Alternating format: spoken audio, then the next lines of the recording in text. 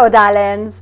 Lucanis Dellamorte is not dead. Not dead. In the story The Wake by Mary Kirby, it is implied that Lucanis Dellamorte has been killed, and Viago and Thea are carrying a drunk Ilario to the casino guest rooms of House Cantori, Thea's house. Ilario Dellamorte and Lucanis Dellamorte are characters from Tevinter Nights in The Wig Maker Job by Courtney Woods, as well as Viago and Thea in 8 Little Talons by Courtney Woods. Lucanis Dellamorte was such an important character in Tevinter Nights, much evidence suggests that he is alive. In The Wig Maker Job, it is implied that he is to take over as the head of House Dellamorte when Caterina would die. He did not want it, however. Maybe Lucanis faked his death so that Ilario, who wants to be the first Talon and the head of House Dellamorte, could be the first Talon. Ilario is definitely in the dark. It is possible that Lucanis began planning this in Tevinter Nights. Ilario's gaze grew hard. How long are you going to keep doing this? Doing what? Caterina's bidding.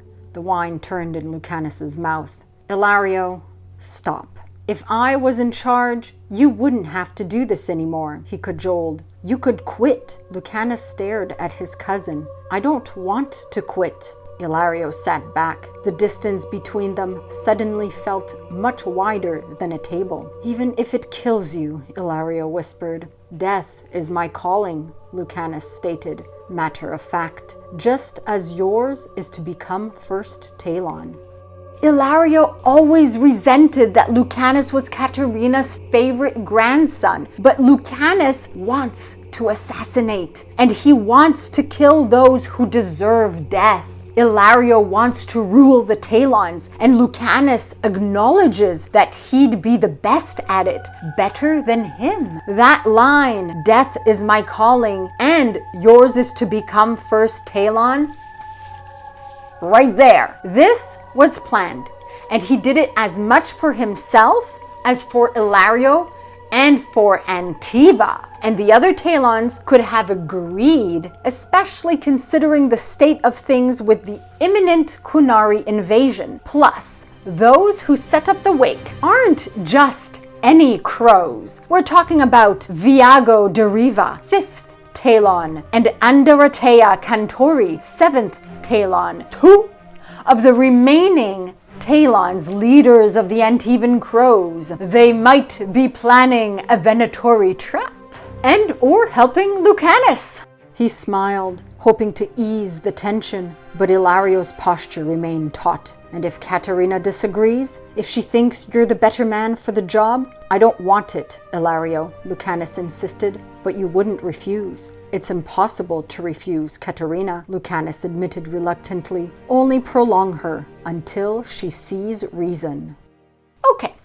Picture this. Caterina Dellamorte, in the wake of Lucanis's supposed death, names Ilario as her successor. He takes up being the head of House Dellamorte, which is what he always wanted. And then Lucanis waltzes in, shocking his cousin. You didn't think they'd actually succeed in killing me? Please give me some credit. Something he might say, imagined quote, so then it's not a quote. And since Ilario at this point would already officially be the heir/head of House Dellamorte and first Talon, it can't be changed. Lucanis would then continue to hunt and kill Venatori. He says in The Wigmaker Job, I always assume the mark knows I'm coming. Lucanis Dellamorte was being called the Demon and had a reputation of never missing his mark and of instilling fear in those who hear his name spoken. He has the ability to sense magic and the veil, which is why he made it to my list of top 10 most powerful characters we main character in Dragon Age 4. He was going after Venatori and would continue to go after them. There is too much evidence to point to him being alive. He's too powerful to be killed. He fought a Venatori mage who turned into an abomination with tentacle hair after eating one of his own wigs with an army of demons and who grew giant-like. Lucanis survived that, okay? You see, Lucanis has been set up to be important, not to be killed off before we truly get a chance to know him. He'll be the companion. Ilario will appear in some quests, will interact with him. Once Bolivar was gone and the bodies of the fallen had been brought to shore, the 3 remaining Talons settled in to plot a defense against the Qunari invasion. It was no longer a question of if, but when they were coming, and Antiva needed to be prepared for any timeline. Killing 4 Talons was a mighty first blow, but the Qunari had made a grave mistake. They didn't finish the job. The Talons have to prepare. There are only 4 of them left, and the head is an old hag. Not too strong a leader, not as much as a younger, dashing assassin who's better at schmoozing more than he is at killing. The 3 plotting and preparing are Caterina Dellamorte, Viago de Riva, and Tea Cantori. So Caterina could be part of this fake death plot. Caterina wrote to the heirs of the 4 houses whose Talons were killed. If she was part of the plan, perhaps this convinced her Ilario would be a good heir. In 8 Little Talons, Viago alluded that House Cortez might be killed off, and Caterina would send her demon to do the job. Lucanis can't do Caterina's bidding if he's leading the Talons, and he can't lead in as a devoted way if he's off killing. Ilario is much better suited for the job, and he would have to be kept in the dark for it to look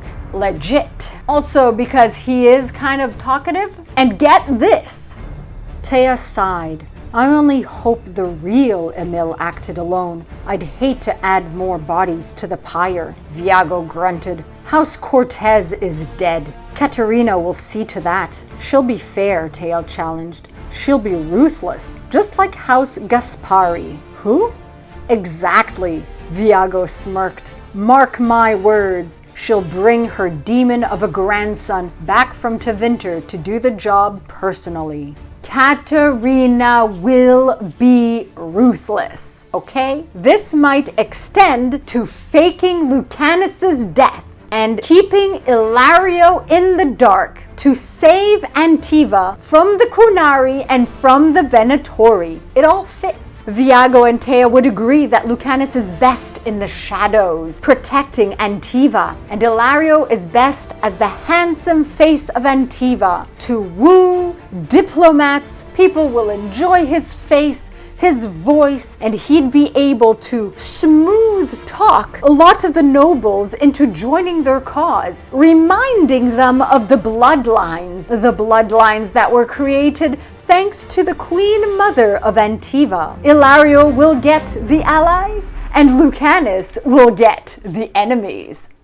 Even the wiki is on the same page as me for this, stating at some point Lucanis is believed to have been killed. Members of the Antivan Crows set up a wake for him. In addition to all this, the story is written in Viago's point of view, and Viago and Tea don't seem too bothered by the fact that Antiva's best assassin has just died. If Lucanis were truly dead, they'd be a little bit more troubled because aside from the Talons, he is Antiva's best assassin and most notorious assassin. Viago was more preoccupied with shutting Ilario up than anything else.